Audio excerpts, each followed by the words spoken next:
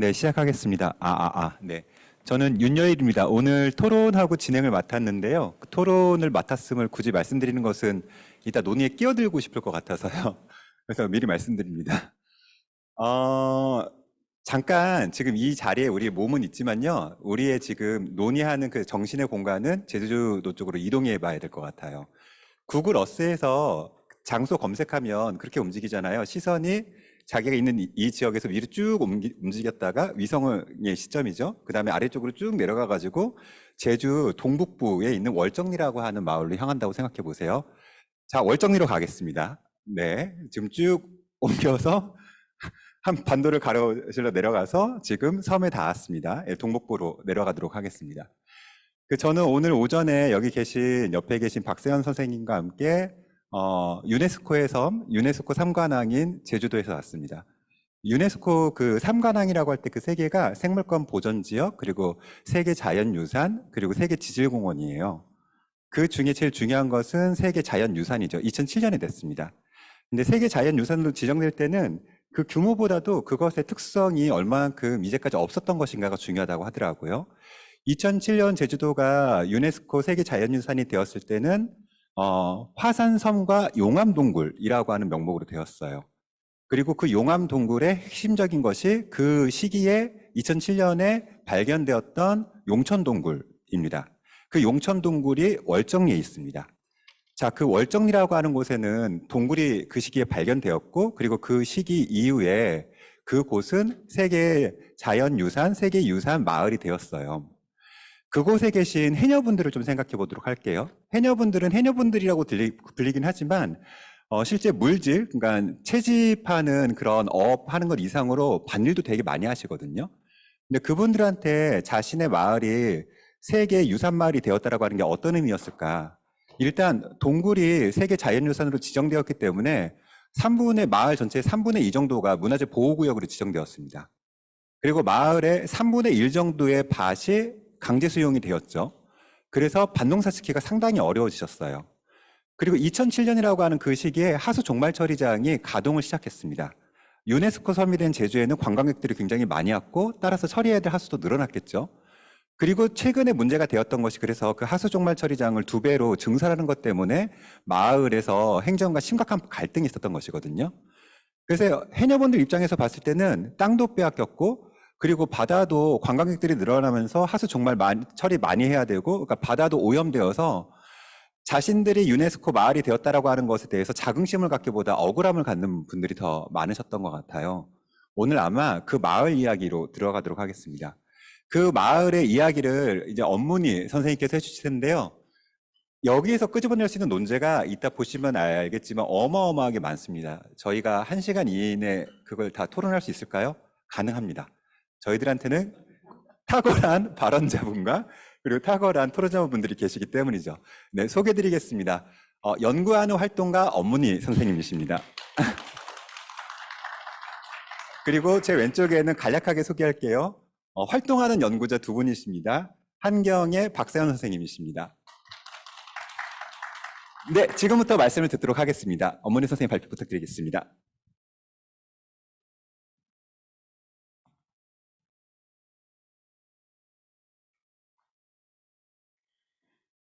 네, 소개받은 마이크 되고 있군요. 그 앞서 발표한 김상철 선생님 말씀으로부터 사실 시작하고 싶은 생각이 아까 금방 들었습니다. 그 운동하면서 느꼈던 감정이었는데요. 오늘 너무 마음이 아픈데 운동하는 것은 결국 내 것이 아닌 것을 계속 확인하는 과정이라고 아까 하셨는데 오늘 그 감정으로부터 시작을 하고 싶습니다.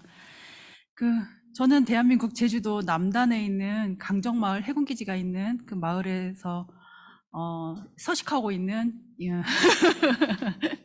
인간동물 여성이고 이름은 엄문이라고 합니다. 화면에 보시면 아래 하단에 제 소속들이 굉장히 길게 많이 되어 있는데 제가 저렇게 하는 경우가 거의 없습니다. 처음입니다. 뭐가 저렇게 명함에 막 그 이력 많이 쓴 사람들처럼 썼는데요. 가장 중요한 게 사실 아름다운 붉은 선인데 이게 제주의 환경 보전을 위한 투쟁 현장에서 만났던 친구들이 모여서 이 파괴적 개발의 근원이 도대체 뭐냐라고 질문하기 위해서 만들었던 토론 모임이었습니다. 그리고 나머지 모두가 군사기지, 대형 난개발 사업, 이렇게 뭐 이런 거에 관련된 현장의 모임 혹은 그것에 관련된 여러 단체들에 제가 소속되어 있어요. 그래서 저걸 계속 나열했던 이유가 제주도 아니면 사실 우리 전체 현실이 사실은 저만큼이나 많은 파괴적 개발 앞에 투쟁을 요구하는 시대가 아닐까라고 생각이 들어서 제일 앞에 사실은 일부러 이렇게 배치를 했고요. 첫 장부터 사실 시간이 좀 길어질 것 같은데 걱정인데 사진에 보이는 것이 태왁이라고 합니다. 제주 말이고요. 태왁은 해녀분들한테 굉장히 중요한 것이에요. 그래서 해녀분들이 부표고 저것이 바다에 떠 있으면 저 아래에 해녀분이 있는 것이에요. 그리고 해녀분들의 목숨줄과 같은 것이고요. 그런데 저 태왁이 푸른 바당이 아니라 바당은 제주말로 바다에 가까운 바다 연안을 뜻하는데 사람이 들어가서 무언가 채집도 할 수 있고 수영할 수 있는 그 정도의 가까운 바다를 뜻하는데요. 바당이 아니라 회색깔 시멘트 바닥에 놓여 있습니다. 그리고 그 위에는 존경을 뜻하는 들꽃이 어떤 여성 활동가에 의해서 놓여져 있는 장면입니다. 도대체 왜 바다에 떠 있어야 될 해녀분들의 태왁이 시멘트 길거리 바닥에 있을까? 그 이야기 하고 싶고요. 이것은 커먼즈 논의에서 커머너로서 역사적으로 줄곧 타자가 되었던 여성들의 문제, 그리고 이것을 둘러싼 긴장 관계 속에서 발견된 어떤 식민지에 관한 이야기, 식민지성에 관한 이야기를 제가 좀 하고 싶습니다. 네. 이거는 그냥 설명하기 위해서 자료로서 사실은 굉장히 자세하게 적었는데 앞서 윤열 오늘 진행자께서 말씀을 해주셨지만 그 내용들인데 조금 더 자세하게 설명한 겁니다. 그런데 가장 중요한 것이 왜 이 마을에 하수 종말 처리장이 들어왔을까? 사실 거기에는 어떤 환경적인 이유, 그 타당한 이유는 사실 없습니다. 그곳에 사람이 적게 살고 있고 반대의 저항이 가장 적은 것이고, 사실은 지금 현재 살펴보면 지질학적 이유로는 거기에 그런 시설이 절대 들어오면 안 되는 곳이기도 한데 그런 이유하고 상관없이 파괴적 난개발의 첫 번째 특성은 바로 모든 환경을 동일한 조건으로 보고 하얀 도화지에 그림 그리듯이 그냥 들어온다는 것이거든요. 계획이 그렇게 된다는 것이죠. 아프리카 지도에서 제국주의가 직선으로 지도를 만들어버린 것처럼요. 그리고 한 3단계 정도로 나누었는데 월정리에서 해녀분들이 투쟁을 하시면서 가까운 바로 옆에 하돌이나 평대나 그 김영이나 가까운 그런 마을이 있는데 그런 마을을 두고 67km나 떨어져 있는 강정마을에 와서 연대를 요청합니다. 심리적 거리와 물리적 거리라는 게 있죠. 강정마을도 제주도의 다른 마을보다 오키나와 친구들하고 더 친하거든요, 사실은요. 그리고 처음엔 모두가 반대했지만 결국은 마을회는 가부장적 질서에 의해서 움직이고 있고, 그리고 마을 단위 공동체라는 것이 사실은 그렇습니다. 그래서 그 국가적 법보다는 사실은 마을의 약속들이 더 중요한 현실 공동체이기도 하고요. 그것을 저는 옳고 그름으로 전혀 이야기하고 싶지 않습니다. 그 마을에서 발견된 가장 좋은 방식으로 운영되고 있지만, 하지만 가장 좋은 방식이라는 것이 누구에게 가장 좋은 방식인지 사실 그 부분이 질문되어야 할 것이고요. 근데 해녀분들이 마을의 결정, 그리고 공권력의 결정하고 상관없이 절대 안 돼라고 해서 단독적으로 싸우기를 결정을 하시거든요. 거기에서부터 저의 질문, 그리고 저의 뜨거운 운동에 마음이 생겨나기 시작을 했습니다. 내 살아생전에 이런 모습을 보는구나. 결정난 것을 불복하는 집단들의 운동, 특히 여성 운동이 생겨났구나라는 걸 느꼈던 순간이 있었습니다. 그러나 현실은 굉장히 지금 나빠져 있는 상태고요. 결국은 가부장적 질서를 사실은 넘어서지 못했고, 공권력과 마을회가 긴급하게 사실은 약속해버린 그 제목 자체도 참 재미있습니다. 마을 미래발전과 관련된 이름이 미래발전이라는 이름으로 사실은 합의를 이루었고요. 거기에는 그 논의 자체 사실은 여성 해녀들, 마을에 있는 주로 2등 시민, 2등 주민으로 불리는 그 사람들의 자리는 역시나 없었습니다. 그리고 이 운동에 동참했던 시민들의 자리도 역시 없었습니다. 당사자로서 완전히 배제가 되었고요. 그리고 중요한 거 하나는 시민들이 이 마을에서 사실 마을의 민주주의 자체에 사실 접근할 수 있는 권한이나 그런 경로가 굉장히 적기 때문에 지질학적으로 사실은 이곳에 이러한 시설이 절대 들어올 수 없다는 어떤 논리를 만들기 위해서 그 일대를 아주 넓은 일대를 정말 탐문을 해서 말씀드린 것처럼 세계 자연유산 용천 동굴에 관한 여러 가지 그 주목할 만한 중요한 문제들을 사실 찾아내는 그런 결과도 사실 나타냅니다. 그래서 사실 논점이 굉장히 많습니다. 한번 좀 빨리 가보겠습니다. 네. 마을에서 투쟁하면서 사실 발견한 것들, 그리고 마을의 투쟁을 구성하는 것들에 관한 내용들인데요. 마을에서 투쟁 현장에서 발견된 이름들을 보시면은 사실은 기후재난의 최전선으로서의 바다 이야기라든지, 그리고 재난과 공동체, 그리고 재난 공동체에 대한 이야기들이 이렇게 있습니다. 이런 모든 언어들은 함께 싸웠던 여성, 그리고 해녀 당사자들에 의해서 나온 언어들을 제가 가지고 만든 것들이에요. 그러면 여기 뭐 제주 동부 하수 처리, 그러니까 종말 처리장이죠. 종말 처리장 문제가 있는데 2007년도에 가동을 시작을 했는데 처음에 6,000톤으로 시작을 했는데 2014년도에 놀랍게도 주민들 동의 절차가 없는 사이에 몰래 사실은 한 차례 증설이 되었어요. 그리고 불과 3년 후에 다시 재증설이 났고 재증설 단계에서 해녀분들의 격렬한 반대가 사실 이루어지게 된 것입니다. 근데 이것이 문제가 됐던 것이 여러 가지가 사실 있는데요. 법적인 문제만 보자면 이제 마을에 있는 대책위에서 발견한 문서들이 굉장히 많은데 문화재 현상 변경을 해야만 사실 증설이 가능한 것인데 현상 변경을 가까운 곳에 있는 용천 동굴로 하지 않고 당첨을 동굴로 빠른 깔색으로 표시되어 있죠. 그래서 이것이 왜 그러냐면 2007년도 등재 당시에 용천 동굴을 조사하면서 용천 동굴의 최하류 600m를 남겨두고 조사를 하게 됩니다. 사실은 조사에 어려움이 있기도 했지만 문제는 그 후에도 조사가 되어서 문화재청에 등록되어서 천연기념물로 지정이 되었지만 그 후에도 계속 유네스코 본부에 이걸 알리지 않고 등재하지 않고 그 후에 2011년, 2018년에 계속 다른 동굴들이 추가로 등재가 될 때도 이것만은 누락이 됩니다. 왜 그랬냐면요. 동굴의 본체에서 양쪽으로 500m는 역사문화 환경지구로 설정이 되었고 여기에는 어떠한 건설 행위도 할 수가 없습니다. 그래서 제가 의문을 갖는 부분이고, 그러면서 시민들이 사실은 도대체 이제 이것이 어떤 땅이냐라고 찾아봤을 때 아래 사진을 보시면 길에 구멍이 나 있습니다. 도로에 구멍을 냈죠. 왜 그러냐면요. 여기는 비가 오면 강수량이 굉장히 많은데 저 길에 물이 차서 내려가질 않습니다. 이 일대는 하천이 없어요. 구멍을 사람들이 나중에 뚫은 겁니다. 물이 내려가라고요. 이거 굉장히 놀라운 발견이거든요. 아니 어떤 곳이길래 저기에 구멍을 뚫으면 비가 사라진단 말인가. 제주도를 보면 동북쪽에 있는 마을이라고 했잖아요. 한라산을 중심으로 해서 동쪽, 여러분 보시는 방의 오른쪽, 그쪽과 왼쪽은 하천이 거의 없습니다. 아래 사진에 하천 지도가 나와 있는데요. 제주도가 여러 번의 화산 폭발로 만들어진 섬이고 사실은 제주도는 단일한 암석이나 단일한 지질 지도로 되어 있지 않습니다.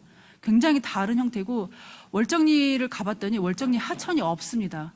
그러니까 제주시 북동쪽에서 성산하고 서귀포시 경계에 있는 것까지 하천이 한 개도 없습니다. 그러면 여기가 물난리가 나야 맞죠. 배수 통로가 없으니까요. 화산섬 배수 통로가 없는데 물난리가 나지 않습니다. 놀라운 발견이었죠. 다들 당연하게 생각했는데 배수로 기능을 하는 것이 따로 있는 거죠. 숨골이라고 하는 곳으로 비가 들어가고 동굴이나 클린커층을 통해서 비가 배수되는 것입니다. 그래서 하천 지도와 동굴의 지도는 반대로 되어 나와 있습니다. 월정리라는 마을을 가봤더니 이런 곳입니다. 갑자기 밭에서 일하다가 밭에 구멍이 확 납니다. 그리고 끝도 없이 모래를 다 가지고 들어갑니다. 구멍이 나버리는 것이죠. 그래서 또 안반 위에 풀이 잘 나지 않는 저런 것도 가끔씩 무너져 내립니다. 그리고 이미 시설화되어 있는 타일도 구멍이 나서 싱크홀이 계속 생기고 밭에도 계속 생기고 밭에서 깊은 작물을 심을 수가 없습니다. 왜냐하면 얕은 것만 심을 수가 있죠.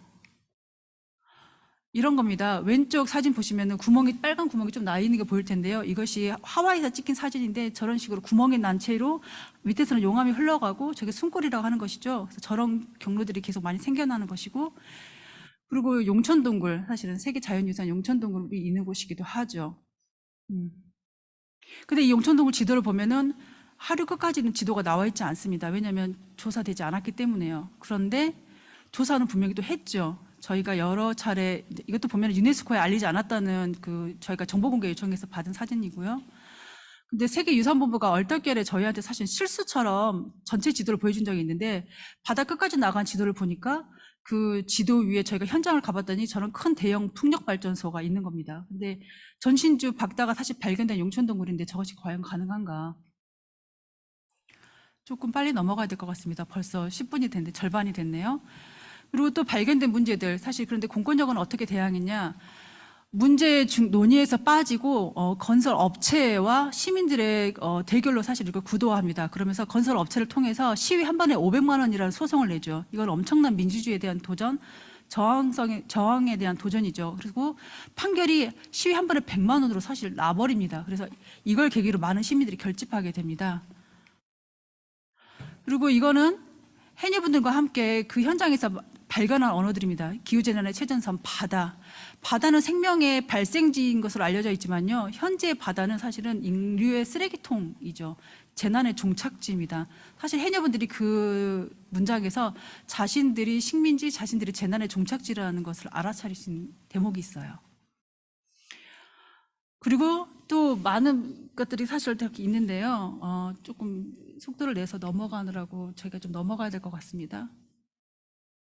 이거는 재난과 공동체, 재난 공동체인데요. 이미 이분들이 가지고 있었던, 이분들이 속해 있던 공동체가 어떤 역할을 했는가.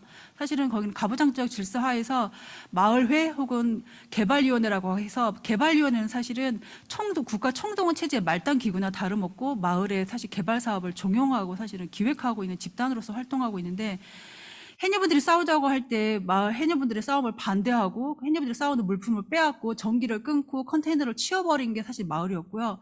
그 소식을 듣고 사실 달려온 시민들이 대부분 또 여성이었습니다. 그러면서 새로운 공동체가 생겨나고요.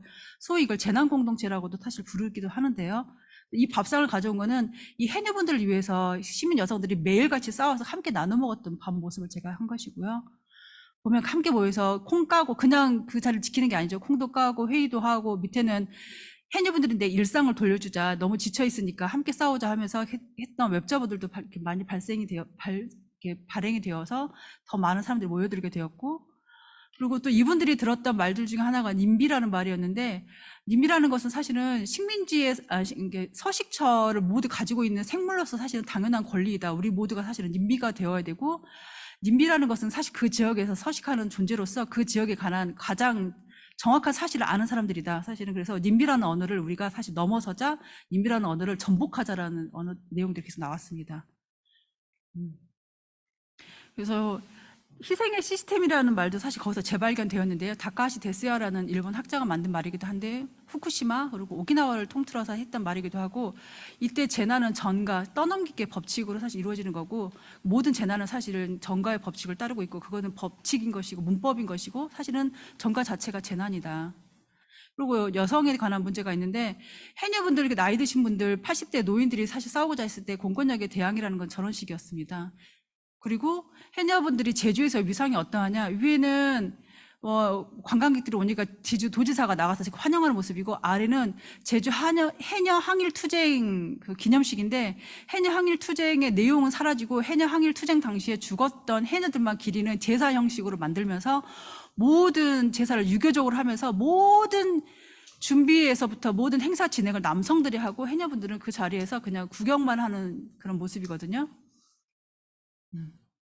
그리고 이렇게 크루즈항에 관광객들이 들어왔을 때 해녀분들은 저 추운 겨울날 그 젊은 여성들에게 과거 해녀들이 입었던 저 얇은 옷을 입혀서 사진을 찍게 한다거나, 그리고 한쪽에서는 저렇게 스크럼을 짜고 공사를 막으려고 되게 애를 쓰면서 전부 다 연행되고 체포되고 있었던 상태인데, 바로 옆에 3km 떨어진 마을에서 제주 해녀 축제가 열리면서 2023 이렇게 낭만 해녀라는 제목으로 사실 이렇게 되어 있고요. 정말 이중현실이죠.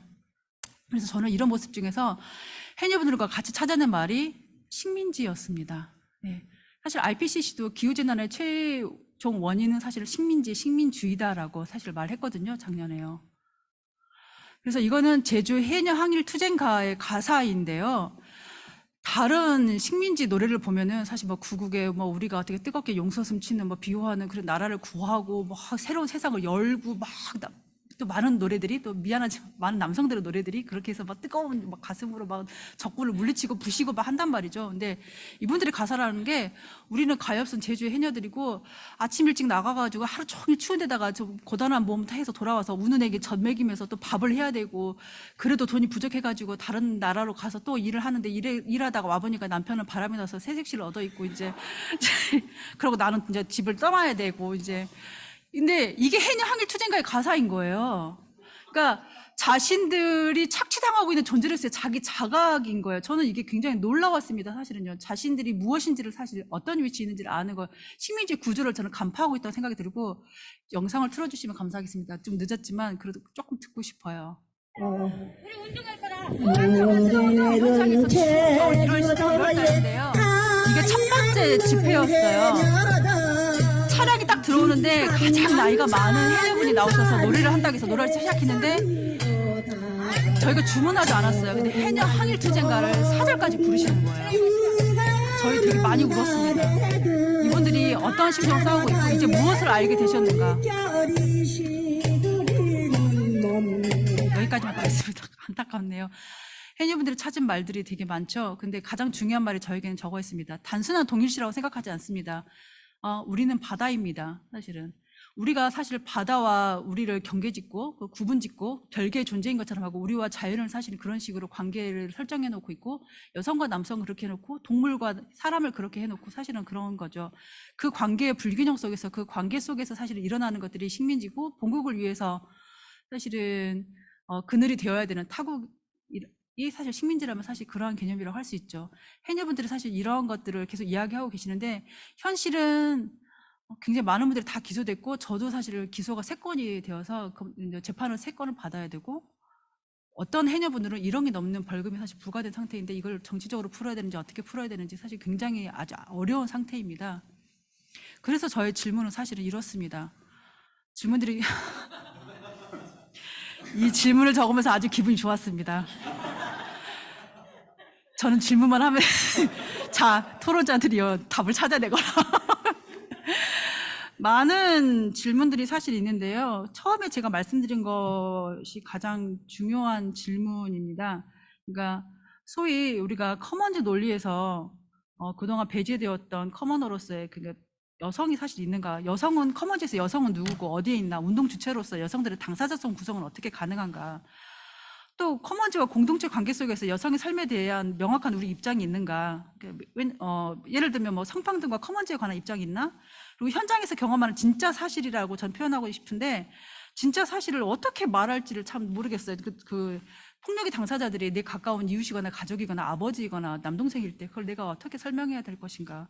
그리고 현 시점에서 사실은 투쟁 지형의 최후 식민지가 전도 이 해녀분들도 있지만요. 가장 최종적으로 지워지는 사람들은 이 해녀들과 함께 싸웠던 여성 당사자들, 시민 당사자들, 활동가들, 그리고 그들이 만든 재난 공동체에 대해서 우리는 어떻게 응답해야 될 것인가? 저는 이런 질문들이 있고 어제 들었던 질문은 하나가 더 있는데 우리가 커머닝하는 과정에서 자행하는 우리 자신의, 그러니까 우리 내부의 식민지는 없나? 우리의 식민 문법은 무엇이고 이걸 어떻게 지각하고 대처할 것인가? 이런 질문을 가지고 왔습니다. 어디 가면 사실 이 발표를 제가 1시간 넘게 사실은 많이 하는데요. 이걸 20분 만에 하는데 1분 전이라 해서 시간 맞춰서 끝내본 게 처음입니다. 근데 아마 현장에 있는 분들이어서 저는 다 눈치채셨을 거라고 생각합니다. 이 현장이 어떤 현장이었는지요. 사실은요. 눈물 없이 들을 수 없는 이야기였습니다. 감사합니다.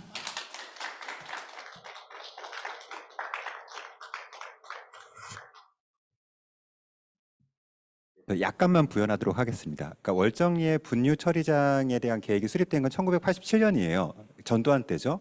근데 그때 해녀분들이 2박 3일 노숙투쟁하면서 그걸 막아내셨어요. 10년 버텼습니다. 근데 1987년에 계획이 수립됐다가 그리고 1997년에 마을에서 대표 사인, 그러니까 마을 회장을 비롯해서 개발위원장 등등 남성들이 가서 무조건 그냥 동의를 해준다고 해서 뚫렸어요. 그래서 하수 종말 처리장이 그때부터 만들어졌습니다. 근데 그때 구두로 약속했던 게 더 이상의 증설은 없다라고 하는 구두 약속을 했습니다. 근데 그 이후에 그 약속이 지켜지지 않고 1차 증설이 된 거죠. 그게 1914년 시점입니다. 근데 2017년 시점에 2차 증설을 한다고 하니까 이런 식으로 뚫려버리니까 계속 이렇게 증설을 하는구나라고 하는 것 때문에 마을이 이제 같이 규합해가지고 반대를 합니다.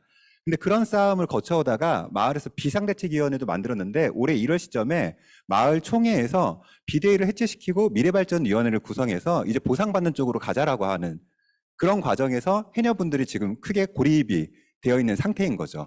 그래서 해녀분들이 행정당국하고만 지금 핍박을 겪는 것이 아니라 마을 내에서 굉장히 고립되어 있는 현재 실정의 이야기를 들려주셨습니다. 네, 이어서 한경혜 선생님 말씀 듣도록 하겠습니다. 예. 저 많은 질문들 보시면서 제가 발표문을 받고 얼마나 마지막에 깜짝 놀랐는지 짐작이 되실 거라고 생각을 하는데요. 예.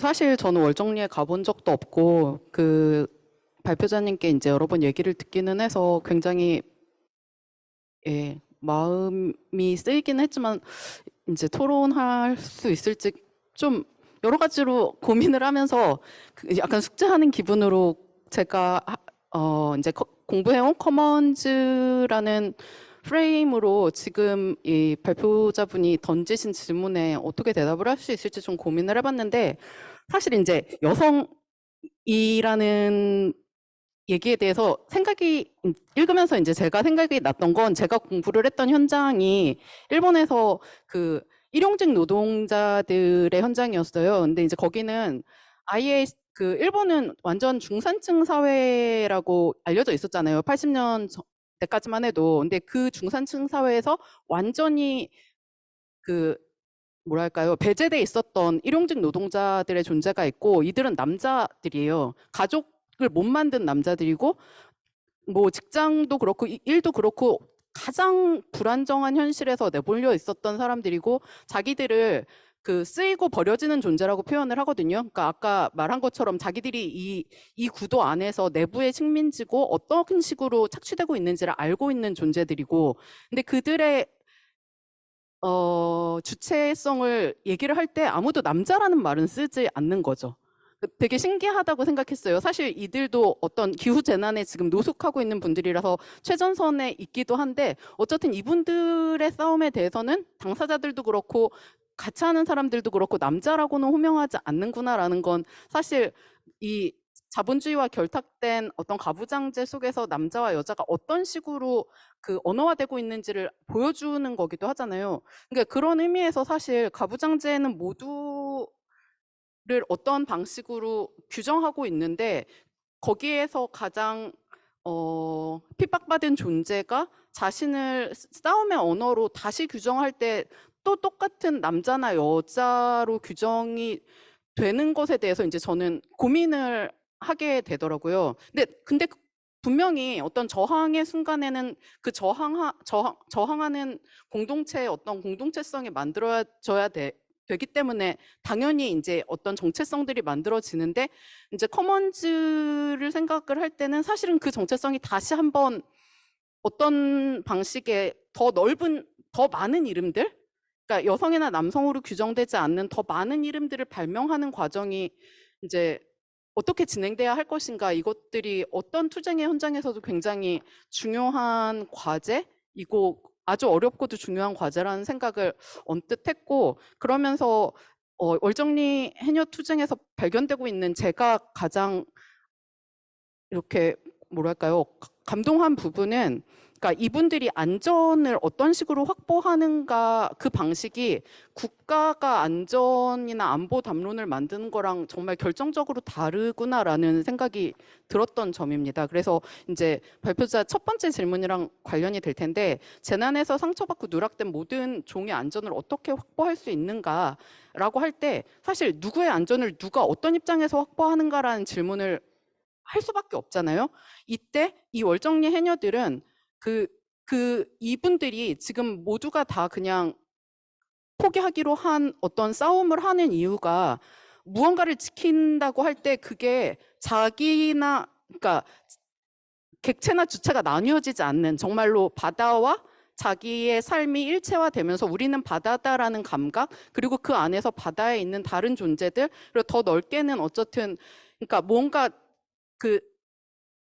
사실 근대라는 게 인간과 자연을 나누면서 자연도 식민지화하고 인간도 식민지화한 과정이라고 생각을 하는데 그 부분을 정말 뛰어넘는 언어를 만들고 계신 게 아닌가. 그 연결성, 어떤 자기를 바다의 일부로서 감지하는 어떤 몸, 이것들, 이 감각이 바로 이제 커먼즈에서 정말 중요한 감각일 것 같은데, 이 감각으로부터 그 삶을 지키고자 하는 그리고 그 삶의 안전을 확보하고자 한다고 할 때 결국은 안전이라는 게 누군가가 누구를 보호하는 게 아닌, 근데 누군가 누구를 보호하는 게 가부장제고 국가잖아요.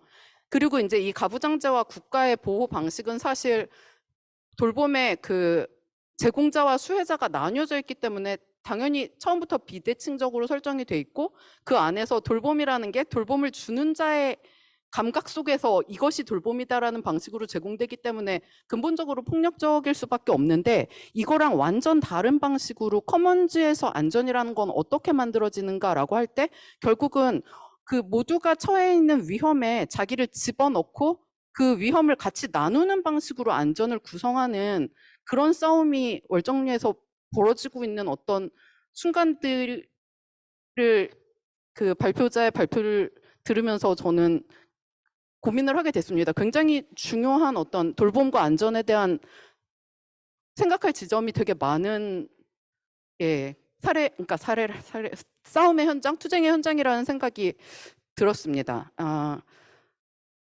그리고 이제 그러면서 되게 큰 질문이 하나 또 있잖아요. 3번인가 4번인가. 전환은 어떻게 가능한가?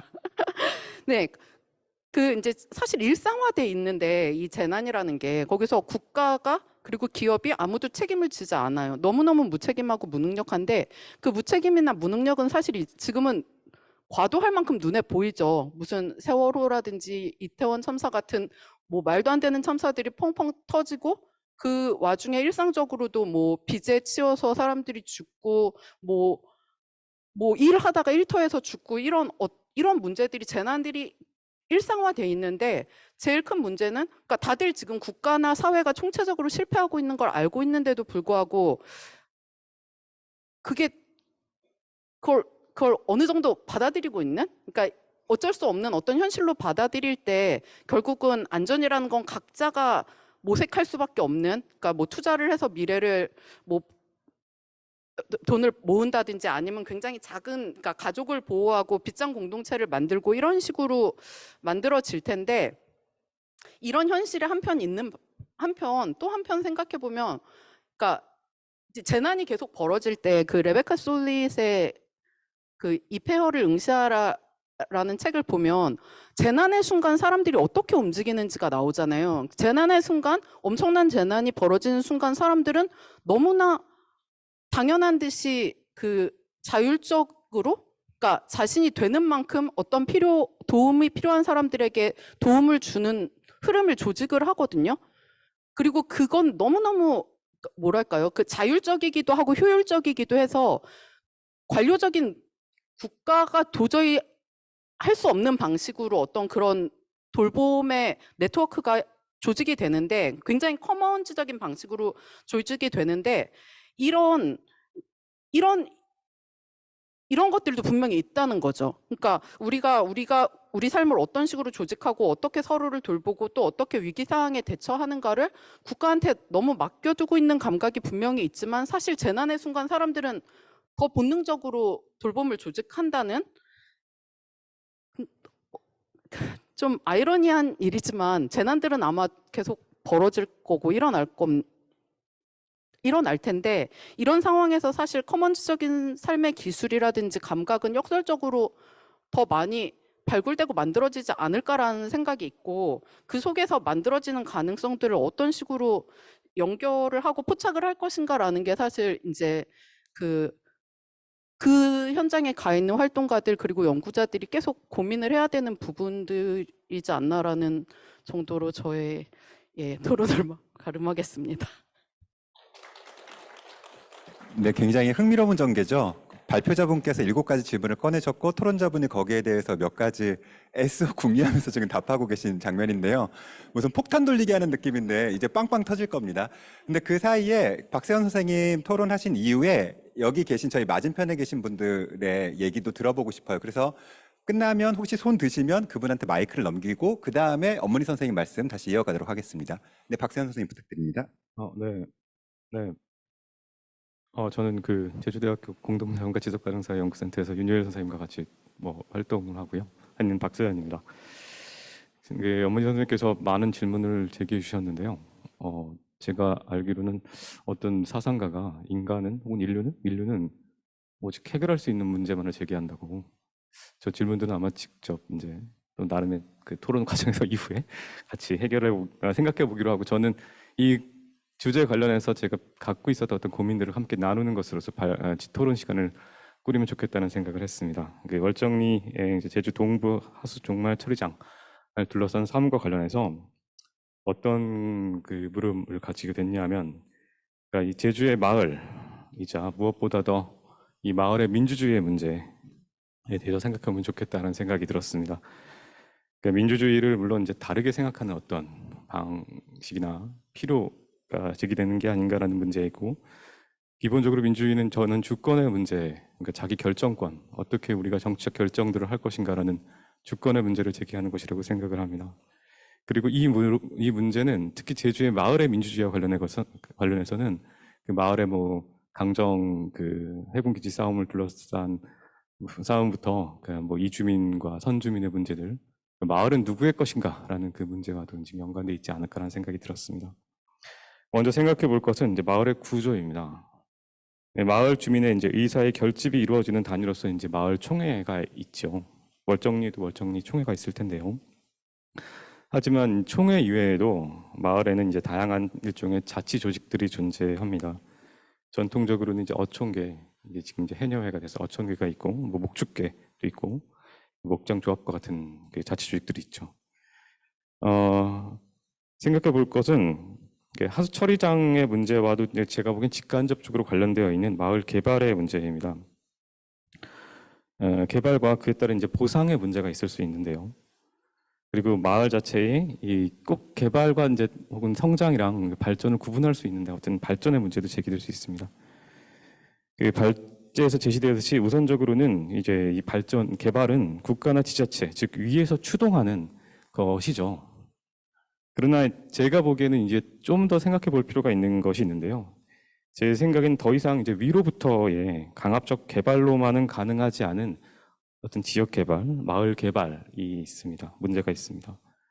저는 이는 이제 개발에 대한 아래로부터의 동원의 문제라고 생각하는데요. 근데 무엇을 동원하냐면 개발에 저는 열정을 동원하는 것이 아닌가 합니다. 즉 개발을 통해서 마을 그리고 지역의 발전을 꿈꾸는 아래로부터의 열정을 동원하는 것이죠. 이러한 개발의 열정을 동원하는 과정에서 이제 성장, 이제 아까 말씀드린 어떤 경제적 성장과 뭐 역량의 발전, 뭐 건강한 사회 지속 가능성, 마을의 지속 가능성 이런 그 역량의 발전, 성장과 발전을 한다면 그 마을의 경제적 성장과 주민의 어떤 더 건강한 나은 삶을 향한 역량의 발전 사이에는 대립 같은 게 존재할 수 있습니다.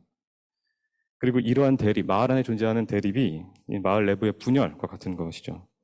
주로는 이제 경제적 성장을 추동하는 자치조직, 그 발제에서 나왔던 개발위원회 같은 자치조직과 마을 주민들, 해녀회들을 포함한 마을 주민들 사이에서 많은 경우에는 그래서 개발위원회와 해안위원회를 포함하는 마을 주민 사이의 분열과 위계의 문제가 제기가 됩니다.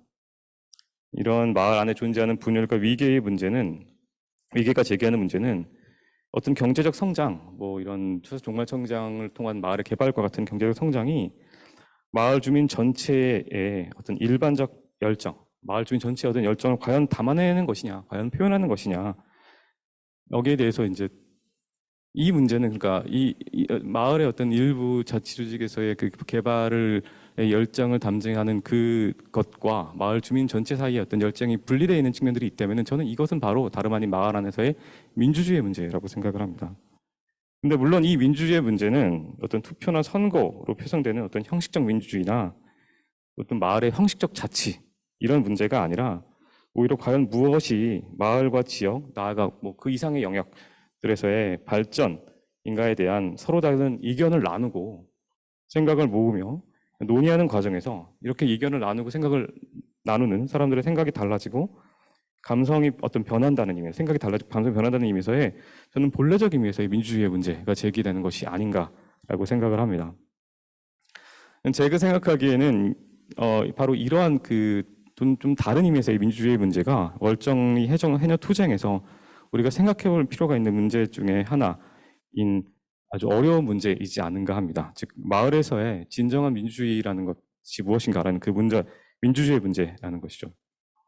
저는 이 민주주의의 문제는 경제적 성장에 대한 열정만이 아닌 다른 열정, 즉 다른 삶, 단순한 상장이 아닌 어떤 뭐 지속 가능성이라든지 진정한 발전이라든지 지속 가능한 발전이라든지 이러한 다른 삶을 위한 열정이 과연 우리에게 이제 불러일으켜 줄 수 있는가라는 문제를 제기하는 것이지 않은가 합니다.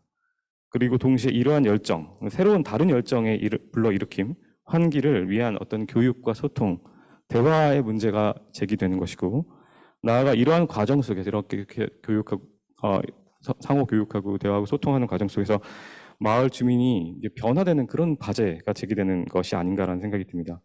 저는 아까 말씀드린 그 마을은 누구의 것인가라는 이 문제에 대해서 제가 생각하기에는 과연 그렇다면 이 마을은 누구의 것인가?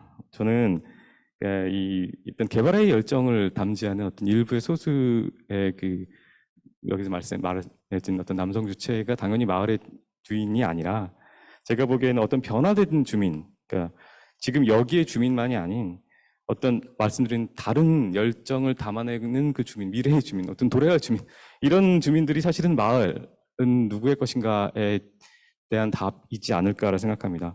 그래서 월정리 해정투쟁에서 제가 보기에는 생각해볼 문제로서 제기되는 것은 마을 민주주의를 위한 어떤 다른 열정의 동원, 혹은 동원이란 말이 좀 부정적인 언어면 다른 열정을 불러일으키는 것이 도대체 어떤 식으로 가능할 수 있는가라는 과제를 제기하는 것이 아닌가라는 생각이 들었습니다.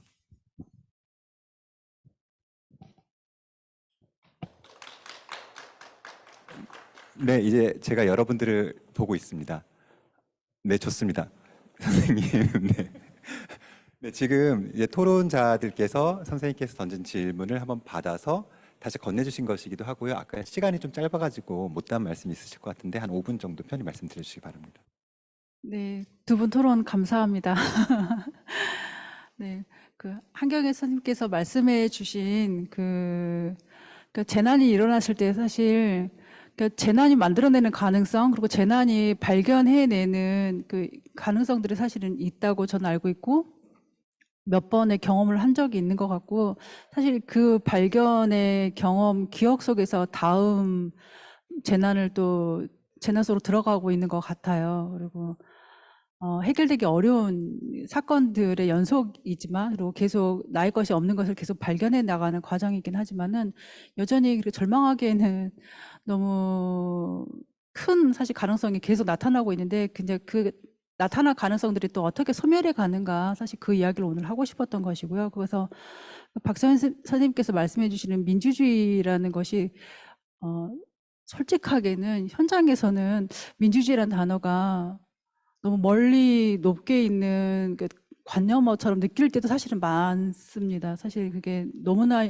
비현실적인 단어라고 사실 느껴질 때가 되게 많아서, 현실이 그만큼이나 굉장히 폭력이 너무 직접적이어서 사실 그런 감정이 드는데, 그냥 저는 두 분 토론자분께서 던져준 말씀에 해녀분들에 대한 간략한 묘사로 오히려 대답을 좀 하고 싶어요. 아까 미처 발제하는 동안에 할 수가 없었는데, 그래서 우리가 잃어버린 감각이 사실 무엇일까? 그리고 해녀 주체는 어떻게 우리가 통상적으로 말하는 모든 주체에서 오늘 발제에 이르기까지 약간의 특수성이 발생하는가? 그것을 좀 말씀드리고 싶은데, 해녀분들은 기후재난의 최전선 당사자라고도 사실 표현이 되고, 제주에서도 흔하게 표현이 되는데, 그분들은 실제로 물에 들어가는 사람, 바다에 들어가는 사람이고, 재난의 최종착지 바다의 현실을 직접 몸으로 겪고 있는 사람들이죠. 요즘 우리가 자본주의 체제에서 몸으로 사실은 어떤 생계의 재와 자본을 획득하는 일들이 사실은 굉장히 좀 이전과는 달라져 있고 다른 감수성에서 이루어지고 있는데, 그리고 그분들이 들어가서 물질을 한다는 것은 예전에 채집, 수렵, 인간이 했던 그 정도 규모를 크게 넘어서지 못합니다. 사실은 계속 손으로 하고 있는 작업이기도 하고 한 사람이 들어가서 그리고 바닷속에 들어가면 굉장히 열악한 생존 능력밖에 갖고 있지 않은 그런 동물, 열등하다는 말을 쓰고 싶지 않아서 이렇게 헤매고 있는데 말을 숨 잠깐 참아야 되고 다른 동물들처럼 참을 수가 없고 그리고 들어가서 제가 계속 관찰을 했는데 들어가서 망사리 안에 뭐 전복 소라를 한가득 가지고 오는 게 아니에요. 들어가서 숨 한 번 참아서 몇 미터 내려가서 한두 개씩 가지고 나오는 것이거든요. 그래서 그것을 수십 번 반복해서 한 번 물질을 하면 수시간을 아침에 새벽에 시작해서 오후까지 계속 그렇게 식사 안 하고 계속 해요. 그리고 나오면 정말 고칼로리 비스켓을 한 통을 다 드시고 막 그런 사람들이죠. 근데 가지고 나온 것들을 나누는 것을 보았는데 되게 놀라웠어요. 70, 80세 노인분들은 과거에는 물질을 굉장히 잘해서 상군이었다가 지금 거의 물질 잘 못하시는 분들이 있는데 그분들은 할망바당이라고 해서 안전하고 조금 더 낮고 수심 낮고 안전한 바다 쪽에서 물질을 하세요. 그래서 나이가 드신 분들에게 그런 안전한 바다를 제공하는 것이죠. 그리고 젊고 이제 일을 잘하는 사람들은 망사리에 가득 채워서 수십 킬로를 예를 들어서 가지고 나온다. 할머니들은 사실 몇 킬로 못 가지고 나오죠. 그러면 지금의 능력주의 사회, 자본주의 사회에서는 그거를 그 개인이 가지고 온 만큼 사실은 그 개인에게 획득시키게 할 텐데 모두가 다 쏟아놓고 공동으로 판매해서 공동의 n분의 1씩 나누어 갖는 것이죠. 사실 저는 이것을 이론적으로는 경험한 적이 있는데 실제로 볼 때는 굉장히 감동적인 장면이었었어요. 그리고 어느 날은 마을에 혹은 지역의 특별한 일을 위해서 그날에 나오는 결과들을 자신들이 갖지 않고 공동의 어떤 목표를 위해서 사실 사용한다든지 그리고 또 하나 감동적인 장면이 해녀분들이 은퇴하는 모습이었는데요. 사람이 어떤 일을 하면서 그 현장에서 혹은 그 위치에서 어떻게 끝나는가 어제도 친구들하고 그런 이야기를 했는데 마을의 용왕제, 그러니까 해신제라고도 하는데, 그러니까 인간의 행사가 아니라 우리가 뭐 증명할 수 없는 어떤 신적 영역인 거잖아요. 근데 신방이라고 해서 이제 무당, 육지에서 무당이라고 하지만 무당하고 조금 다른 좀 개념이기도 해요. 신방이 와서 그 해녀분들의 그 모든 내용들을 싹 가지고 명단을 보면서 나이가 많으신 분들, 해녀분들, 7, 80이 되어도 지금 끝내야 되는데 끝내지 못하는 사람들을 오래 물에 들어가면 죽어. 딱 그래요. 그러면 아무 토를 달지 않고 알았죠? 나 올해부터 안 들어가려고 했죠.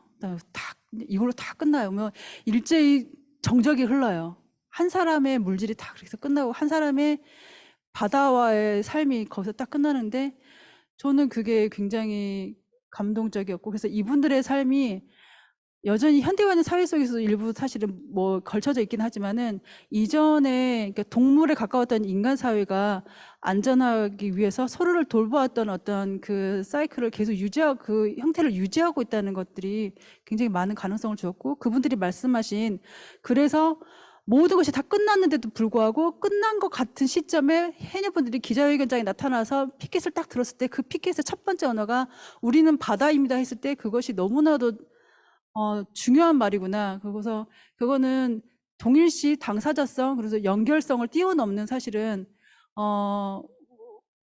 소위 공존, 함께 존재하니까 공생해야 함께 살아야 되는 그걸 뛰어넘는 되게 중요한 언어라고 사실 생각이 들었습니다. 저는 이것을 어떻게 다른 걸로 이름 지을 수가 없는데요. 선생님 그런 것으로 두 분의 토론에 좀 대답을 해보고 싶습니다. 네.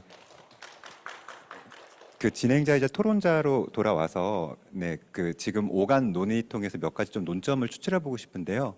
그러니까 저는 월정리에서 얻은 중요한 키워드가 전가였었습니다. 전가라고 하는 것은 떠넘김이죠. 그리고 월정리 투쟁은 떠넘김에 대한 떠맡기를 거부한다라고 하는 그런 해녀들의 저항이 아닐까라고 생각해 봤습니다. 전가는 착취보다 훨씬 더 파악하기가 어려운 것 같습니다. 착취라고 하는 것이 생산 영역에서 누구를 착취하는가 수탈하는가로 좀 드러난다라면 전가는 사실 폐기하는 영역에 이르고 있죠. 그래서 그렇게 생산하고 소비하고 버려진 것들이 어디에서 버려지는가, 그게 어떤 파장을 미치는가라고 하는 것은 사실 정치적인 세계로 등장하기 훨씬 더 어려운 문제가 있겠죠. 월정리에서 본다면 그 구조는 증설하라고 하는 이유가 도시로 그 파이프를 연결해가지고 도시 하수를 받으려고 하니까 증설해야 되는 거거든요. 월정리 하수만이 아니라. 즉 도시에서 주변부로, 즉 농어촌으로, 그리고 도시민에서 해녀로라고 하는 그런 전가의 구도가 있다라고 할 수가 있겠죠. 그리고 두 번째 지금 엄문희 선생님께서 말씀하신 건데 또 하나는 젠더화된 커먼즈 문제가 있는 것 같습니다. 이게 공동어장이잖아요. 마을 어장이거든요. 근데 왜 마을 사람들 가운데 이토록 해녀들이 이걸 지키는데 이렇게 애착이 클까? 이렇게 끈질기실까라고 하는 것. 거기는 해녀분들 인터뷰하다가 알아차린 것 중에 하나가 이런 거였습니다. 해녀분들은 밭일을 훨씬 더 많이 하십니다. 근데 땅이 남편 겁니다. 대개의 경우. 그래서 농업경영체로 등록하는 경우 남편은 경영자가 되는데 여성들은 부인분들은 무급 종사자라고 하는 식으로 등록이 되는 경우가 많대요. 근데 지금 말씀하신 것처럼 그 바닥 공간 물질할 때는 자신들이 스스로 규칙을 만들고 거기서 평등 분배하고 라고 했을 때 이 주체성이라고 하는 것이 그분들의 삶에서는 굉장히 큰 거죠. 그러니까 경제적으로 그걸 통해서 얼마 돈을 얻는다라고 하는 것만이 아니라 내가 이곳에서 여성으로서 그리고 인간으로서 살아간다라고 하는 것과 관련해서 그 물질이라고 하는 건 정말 놓기 힘든 것이라고 하는 것. 그리고 세 번째는 커먼즈들 사이에 충돌 문제가 있는 것 같습니다. 여기 용천동굴이 인류적 커먼즈잖아요. 세계 자연유산이니까. 근데 이 세계 자연유산의 지정에 따라서 마을의 커먼즈인 공동어장과의 충돌이 발생한다라고 하는 이 문제. 자세히는 말씀드리지 않겠지만 여기 월정리 사례에서 드러나는 문제입니다. 그리고 네 번째가 바다는 어떤 싸움터인가라는 문제겠죠. 즉 월정리 문제는 지하의 동굴, 지상에서의 하수종말 처리, 그리고 바다가 세 가지가 연계되어서 지금 나타나는 문제거든요. 그래서 이곳에서 해녀들의 위치도 굉장히 특이하게 존재한다 할 수 있겠죠. 저는 사실 해녀분들이 어떤 의미에서 예언자가 아닌가 싶거든요. 예언자라고 하는 것은 미래일을 알아차려서 맞추는 사람들이 아니라 지금 일어나는 현재 징후에 대해서 먼저 자신들이 취약하기 때문에 알아차릴 수밖에, 감지할 수밖에 없는 사람. 그리고 그걸 아직 충분히 언어화시키진 못했지만 지금 이미 바다에서 앞으로 육지에 다가올 그런 재난에 대해서 이분들은 먼저 지금 경고하고 있는 것이라고 할 수 있겠죠. 그리고 끝으로는 아까 그 한경혜 선생님이 말씀하신 것, 재난 공동체의 문제인데요. 지금 현재 그 월정리는 해녀 투쟁 이후에 심각한 후유증을 겪고 있습니다. 재난 공동체 그 시기에 같이 밥 지어 먹고 했었을 땐 되게 아름다웠을 수 있을 텐데 지금 해녀분들은 심각하게 고립된 상태고 그들 내에서도 서로 간에 약간 말 걸기가 어려운 이런 상태가 되었거든요. 그렇다면 여기서 끄집어낼 수 있는 어떤 문제의식은 대체 그 재난 공동체가 재난 자본주의가 아니라 재난 공동체로 가려면 재난 이전에 대체 어떤 인간관계가 맺어져야 되지? 어떤 자원이 있어야지 재난에 직면해서 우리는 그런 재난 공동체로 꼽힐 수 있는 거지? 역으로 질문한다면 재난은 항상 다가옵니다. 그럼 지금도 어떤 재난의 이후의 시점이잖아요. 앞으로 우리는 어떤 재난에 직면할 거니까 재난 이전의 시점이기도 하고요. 그럼 지난 재난으로부터 우리는 도대체 무엇을 어떻게 자원 삼아야지 다음에 닥쳐올 재난 때 우리는 공동체로 꼽힐 수 있는 것인가? 라고 하는 게 월정리 사례로부터 우리가 좀 끄집어낼 수 있는 문제의식이 아닌가라고 생각합니다. 이어서 한경혜 선생님 말씀 듣도록 하겠습니다. 예.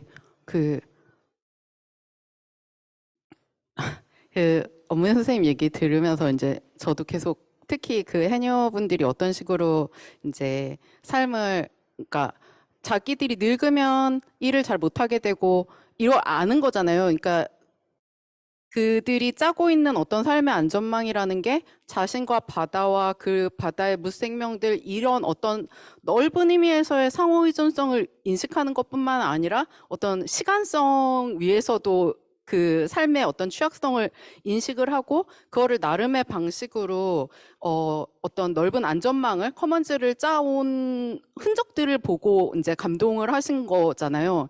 저도 이제 아까 말씀드렸던 그 일용직 노동 현장에서 정말 똑같은 비슷한 감정을 느꼈거든요. 그러니까 그 자본주의 바깥에서 일본 같은 경우에는 뭐라 그럴까요? 근대화 과정이 굉장히 오래 진행됐기 때문에 그 본원적 축적이 오래 진행된 과정에서 에도 시대 때부터 이제 소위 말하는 땅으로부터 그 축출되고 정말 자기 한 몸뚱이 가지고서는 돌아다니는 일용직 노동자 그 계층이 생기는데 이 사람들 같은 경우에 그 당시에도 정말 가족도 만들지 않고 이렇게 유랑하면서 사는데 그 안에서는 어떤 공사 현장에 가도 일이 없을 때도 한 끼 밥, 한 끼 잠자리를 받는 게 그냥 관례였대요. 그러니까 그런 방식의 어떤 공동체들이 넓게 사실 친밀성의 공동체가 아닌 거잖아요. 그거는 그런 식으로 존재를 하고 있었던 것이 지금 이제 이 할아버지들이 다 사라진 상황에서도 약간 공사장 현장에서는 일을 잘 못하게 되거나 이미 너무 늙어서 일하기가 힘든 할아버지들도 받아주는 어떤 문화가 아직까지 남아있는,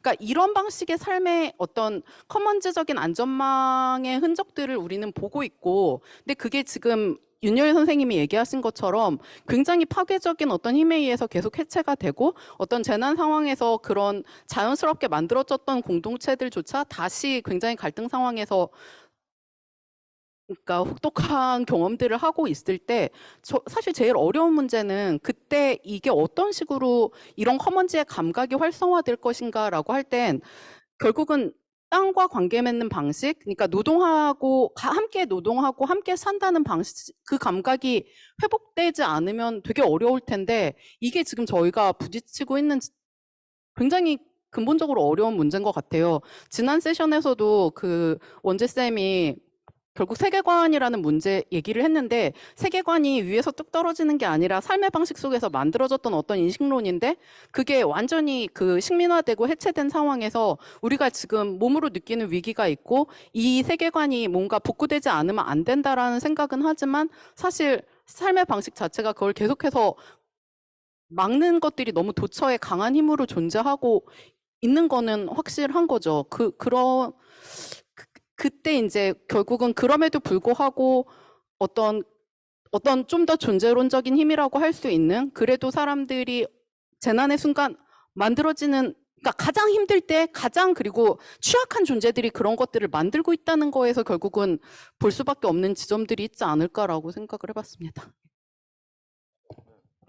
네, 그러니까 이게 주의 깊게 접근할 필요가 있을 거라고 생각하는데, 아마도 이게 전통적인 정치의 논리에서는 아까 발표에서도 나왔듯이 뭐 님비와 같은 것으로 이해될 수도 있습니다. 근데 이것을 이제 그렇게만 보는 것이 아니라, 여기서 만약에 이 무엇을 읽어낸다면 그 무엇이 무엇인가, 무엇을 읽어내야 되는가, 저는 그 지점이 있는 핵심적이지 않을까라는 생각이 듭니다. 제 생각에 그것은 다른 삶의 문제이지 않은가라고 하는 것인데요.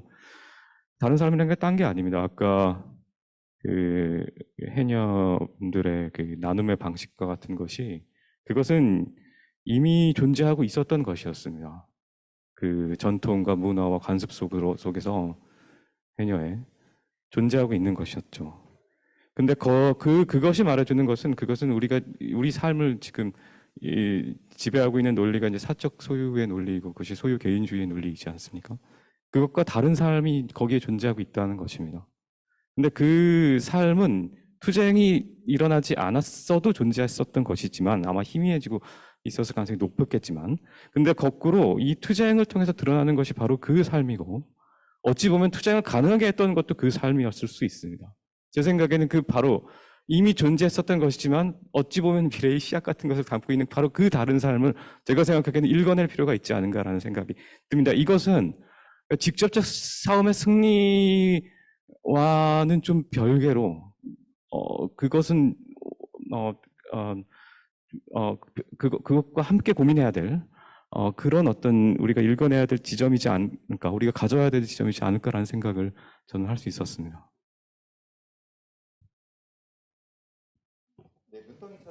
논의가 엄청 계속 불안한 느낌인데요.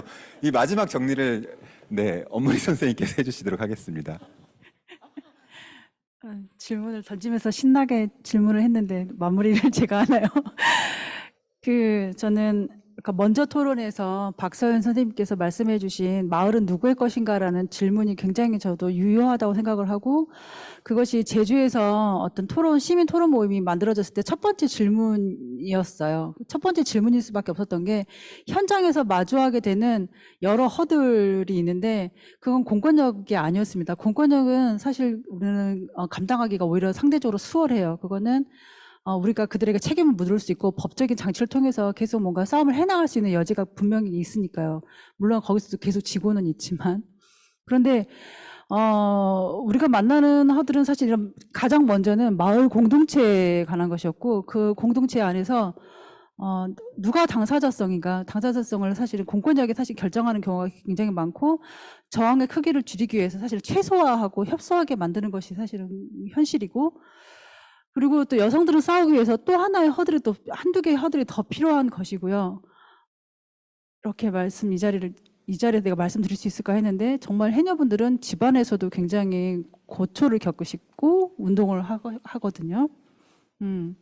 그래서 저는 우리가 식민지라는 주제로 사실 이 이야기를 전개를 해간다면 그럼 우리가 그것에 대항하는 혹은 고민하기 위해서 무엇을 또 고민해야 될까? 물론 아까 마을 이야기 나온 것처럼 공동체에 대한 우리의 고민과 각성이 사실 새롭게 필요한 때라고 생각이 듭니다. 그래서 우리는 바다임이라고 했을 때 그거는 모든 존재가 동일한 존재이거나 뭐 동일한 가치이거나 같은 모습은 절대 아니잖아요. 그런데 그건 저는 공동체적 감수성, 감각이라고 생각합니다. 우리가 각각의 위치와 역할이 다 다른데 그것이 어떻게 모두가 공존하고 공생할 수 있는 각각의 역할을 맡을 수 있는 것인가. 그것이 마을 안에서도 그리고 운동에서도 그리고 이러한 재난 상황에서도 사실 그것이 고민되어야 하지 않을까. 그것이 저는 인간이 즉각적으로 알아차리는 이제 우리가 무엇을 해야 될지 알아차리는 그러나 힘에 의해서 많이 분해되긴 하지만 그 재난 공동체의 어떤 속성이지 않을까 우리에게 필요한 것이지 않을까라고 생각합니다. 네. 월정이 여기서 먼 데다가 더군다나 아주 생경하신 분들도 있을 것 같아요. 네. 오늘 오가선 논의가 굉장히 많은 말이 나왔잖아요. 이걸 키워드 네트워크를 만들어 보면 뭔가 문제 현장이 사고 현장으로서의 월정리라고 하는 것이 형상화되지 않을까라고 하는 생각이 듭니다. 비록 이곳은 아니지만 지금 여기로부터 멀리 떨어진 곳 하지만 우리의 지금 고민과 굉장히 여러 가지 점에서 닿아 있는 곳, 그러니까 월정리라고 하는 현장에서 저희 4명이 1시간 동안 열심히 고민해 보았습니다. 마지막으로 박수로 격려해 주시기 바라겠습니다. 이로써 이 자리 마치도록 하겠습니다. 감사합니다.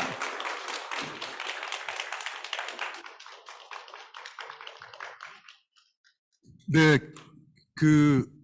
뭐 온라인으로 중계가 되든 안 되든 사실은 꼭 드리고 싶었었던 말씀이 그 월정리 투쟁이 굉장히 오늘 아셨겠지만 굉장히 중요한 그리고 오히려 진아 선생님이 말씀하셨던 그 디콜로나이제이션, 컬로나이제이션의 문제랑도 굉장히 연결이 돼 있는 거였습니다. 그런데도 이 문제가 사실 우리 사회에서조차 아까 말씀하셨던 공권력에 의해서가 아니라 우리가 가진 욕망 때문에 잘 알려지지 않고 또 서로 다루려고 하지 않았어요.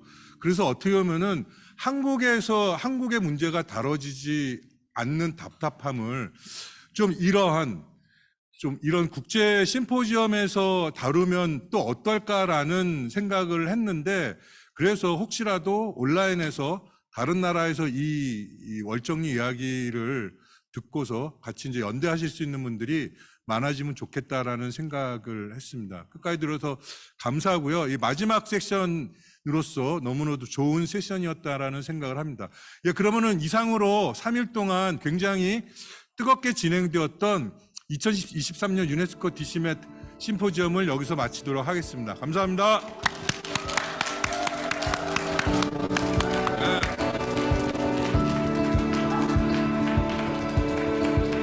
그 뒤풀이는 여기 좀 정리 같이 조금 도와주시고 저희가 같이 이동해서 그 코리아 푸드 스토리라고 검색을 하시면은 여기서 걸어서 한 10분 거리에 있습니다. 거기에 5시 반에 모이는 거로 하겠습니다.